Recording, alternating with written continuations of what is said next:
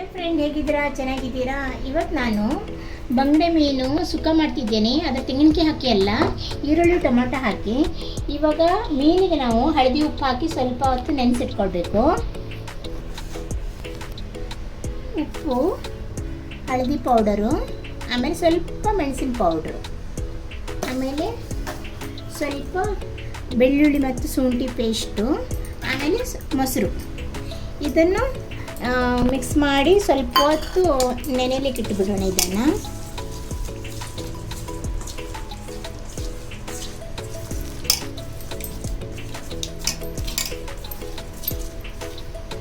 ಇವಾಗ ಇದಕ್ಕೆ 2 ಟೊಮೊಟೊ, 1 ಈರುಳ್ಳಿ ಮತ್ತು ಬೆಳ್ಳುಳ್ಳಿ ಮತ್ತು ಶುಂಠಿ ಪೇಸ್ಟ್ ಇಟ್ಕೊಂಡಿದ್ದೇನೆ. ಈರುಳ್ಳಿ ಟೊಮೊಟೊನ ಗ್ರೇಟ್ ಮಾಡ್ಕೊಳ್ಬೇಕು, ಯಾಕಂದರೆ ಮಿಕ್ಸಿಯಲ್ಲಿ ಪೇಸ್ಟ್ ಮಾಡೋದು ಟೇಸ್ಟ್ ಬೇರೆ ಬರುತ್ತೆ.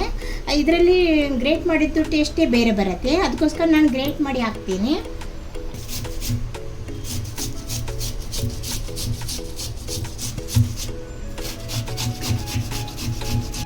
ಇವಾಗ ನಾವು ಸ್ವಲ್ಪ ಮೀನು ಫ್ರೈ ಮಾಡ್ಕೊಳ್ಬೇಕು.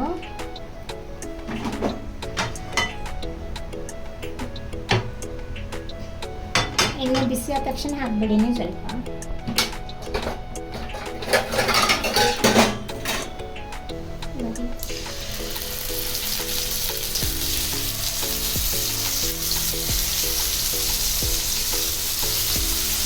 ಇದು ಫ್ರೈ ಮಾಡಿ ಹಾಕಿದ್ರೆ ತುಂಬ ಚೆನ್ನಾಗಿರುತ್ತೆ, ಇಲ್ಲಾಂದರೆ ಒಂಥರ ಹಸಿ ಹಸಿ ಆಗಿರುತ್ತೆ.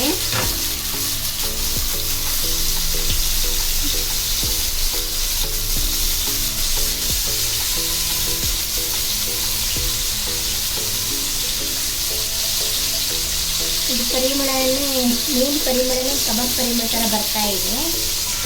ಮುಚ್ಚಿದ್ದೀನಿ. ಇವಾಗ ಫ್ರೈಗೆ ಇಟ್ಟಿದ್ದೇನೆ. ಇವಾಗ ಅಷ್ಟೊಳಗೆ ಮಸಾಲ ರೆಡಿ ಮಾಡೋಣ. ಎಣ್ಣೆ ಬಿಸಿಯಾಗಿದೆ, ಸ್ವಲ್ಪ ಶುಂಠಿ ಬೆಳ್ಳುಳ್ಳಿ ಹಾಕ್ತಿದ್ದು ಮಾಡೋದಕ್ಕೆ.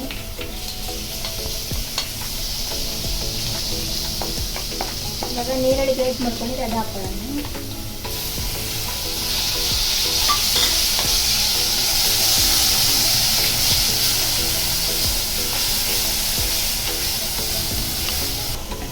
ಇವಾಗ ಈರುಳ್ಳಿ ಫ್ರೈ ಆಗಿದೆ. ಇದರಲ್ಲಿ ಸ್ವಲ್ಪ ಮಸಾಲೆ ಹಾಕ್ಕೊಂಡು ಬಿಡೋಣ, ಆಮೇಲೆ ಟೊಮೊಟೊ ಹಾಕ್ಬೇಕು. ಇದಕ್ಕೆ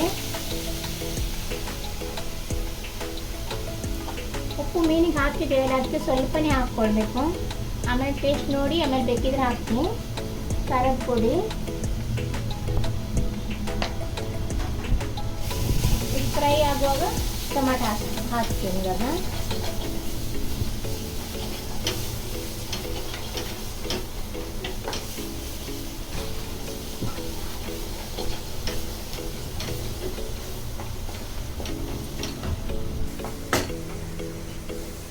ಟೊಮೊಟೊ ಹಾಕೊಂಡ್ರೆ ಆಯ್ತು. ಇವಾಗ ಟೊಮೊಟೊ ಸ್ವಲ್ಪ ಚೆನ್ನಾಗಿ ಫ್ರೈ ಆದಮೇಲೆ ಮೀನು ಫ್ರೈ ಆಗಿದ್ದನ್ನು ಹಾಕ್ಕೊಳ್ಳೋಣ ಅದಕ್ಕೆ. ಇವಾಗ ಇದು ಮಸಾಲೆ ರೆಡಿ ಆಗಿದೆ. ಇದು ಸ್ವಲ್ಪ ನೀರು ಹಾಕ್ಕೊಳ್ಳೋಣ. ಕುದಿ ಬರುವಾಗ ಮೀನು ಫ್ರೈ ಮಾಡಿದ್ದನ್ನು ಹಾಕ್ಕೊಳ್ಬೇಕು.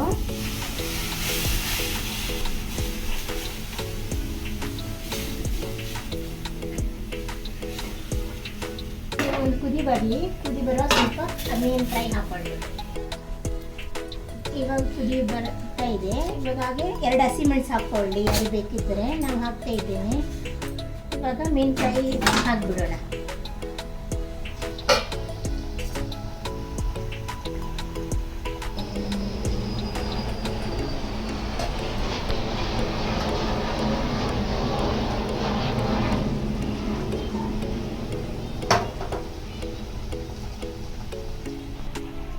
ಇವಾಗ ಮೀನು ಹಾಕಿದ್ದು ಕುದಿ ಬರ್ತಾ ಇದೆ ಚೆನ್ನಾಗಿ.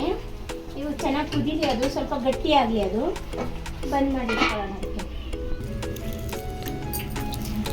ಇವಾಗ ಆಗಿದೆ ಇದು.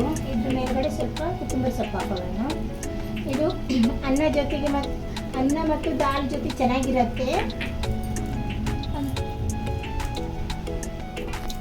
ಇವಾಗ ರೆಡಿಯಾಗಿದೆ ನೋಡಿ ಮೀನಿನ ಸುಕ್ಕ ಥರ. ಇದು ತೆಂಗಿನಕಾಯಿ ಹಾಕದೆ ಮಾಡಿದ್ದು, ಚೆನ್ನಾಗಿರುತ್ತೆ ದಾಲ್ ರೈಸಿಗಿದು. ನೀವು ಮನೇಲಿ ಮಾಡಿ ನೋಡಿ ಹೆಂಗಿದೆ ಅಂತೇಳಿ ಕಮೆಂಟ್ ಮಾಡಿ. ಈ ವಿಡಿಯೋ ನೋಡಿದ್ದಕ್ಕೆ ತುಂಬ ಧನ್ಯವಾದಗಳು.